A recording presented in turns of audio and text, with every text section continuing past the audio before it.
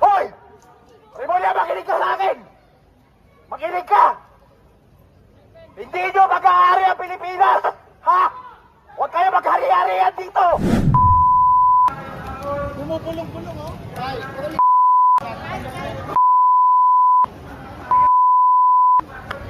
Bumubulong-bulong! Ano? Natatakot? No, huwag kami! Matapang ka lang kasi napapaligiran ka ng mga tuta mo. Kinoko, nakakahiya ka. Sa amin pong mga senyor, sa aming mga nakikita ngayon, bankrupt ang PhilHealth, bankrupt ang PGH, walang mga gamot para sa ating mga senyor. Ano ang aming kinakatakutan? Hindi lang kami ng mga senyor na ang aming buhay ay maiksi na, kundi ang aming iniisip ay ang aming mga anak at apo. At kayo din naman na nandiyan, malapit na rin kayo mag-senior. Ilang taon lamang at kayo rin naman ay umaasa sa PhilHealth, sa mga gamot na nasa ating mga ospital. Ngunit tingnan niyo ang kalagayan ng ating mga ospital at ng ating mga paaralan para sa ating mga anak. Hindi ito nasusuportahan ng mabuti. Saksakan sila sa mga ospital. Punong-puno ang mga ward. Kulang ang mga classroom. Ano ang kinabukasan ng ating mga anak at ako kung ganito ang kalagayan natin? Tanungin ko kayo, may mga magulang kayo. Kayo rin ay mga magulang. Darating din ang araw na kayo ay manghihina, magkakasakit at mangangailangan ng tulong at hindi magiging sapat ang inyong mga sahod. Tayong lahat ay apektado ngayon at kung hindi maayos ang sistema ito na bulok, kawawa ang ating kinabukasan, lalo na ang ating mga anak at apo.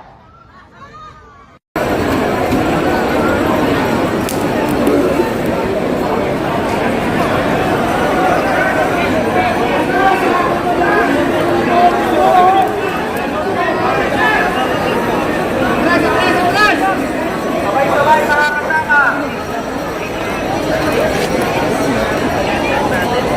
Habang sinawasak ang PPP, sabay-sabay natin ikaw at ikanta. Kulong na yan! Mga kurakot, kulong na yan! Mga kurakot, kulong na yan! Mga kurakot, kulong na yan! Mga kurakot,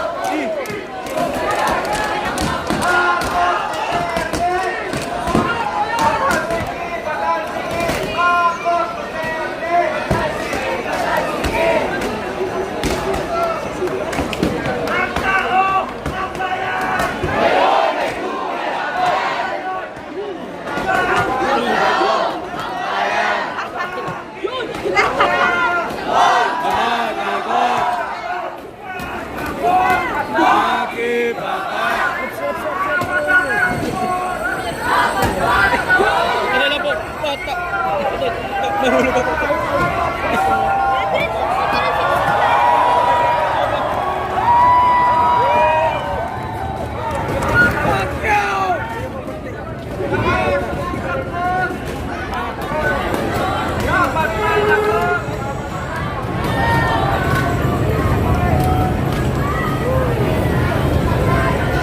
Hoy!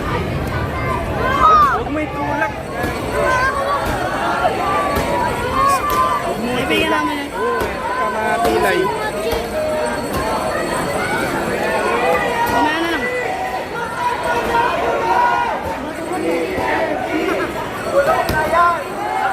PNP! Protekta ng korap! Protector ng kurap! Gabitan. PNP!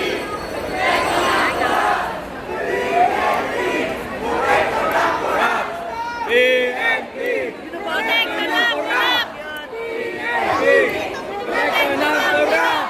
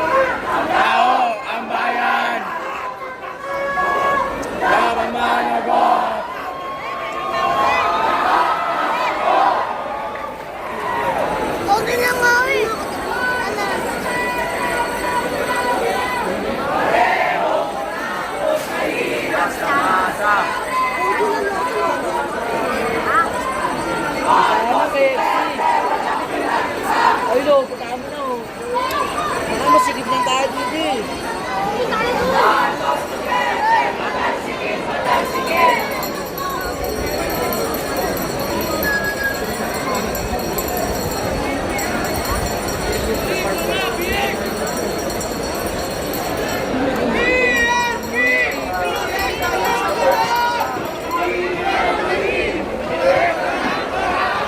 Mga kasama!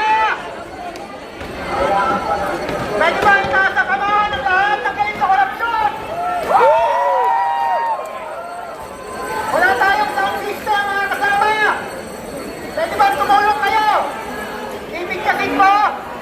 Ulitin nyo para marinig ko nasa likod! Pwede ba yun? Pwede ba ulitin nyo yung sasabihin ko para marinig ko nasa likod? Oo! Mga kababayan! Kababayan! Sukang-suka na sa korupsyon! Meron ba kayong nakikitang mga magnanakaw dito? Meron ba? Sasagot kayo. Meron ba magnanakaw dito? Meron! Asan yung magnanakaw?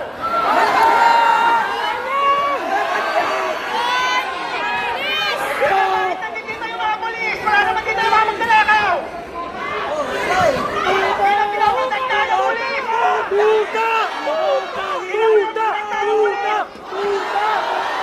Sino pinaprotektahan ng mga polis? Mga kababayan, mga kapatid, pakiulit.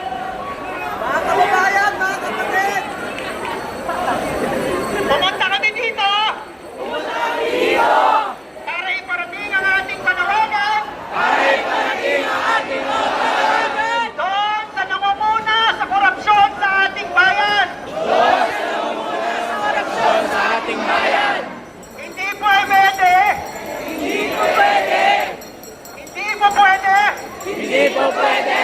Na si Marcos ay maghuhugas kamay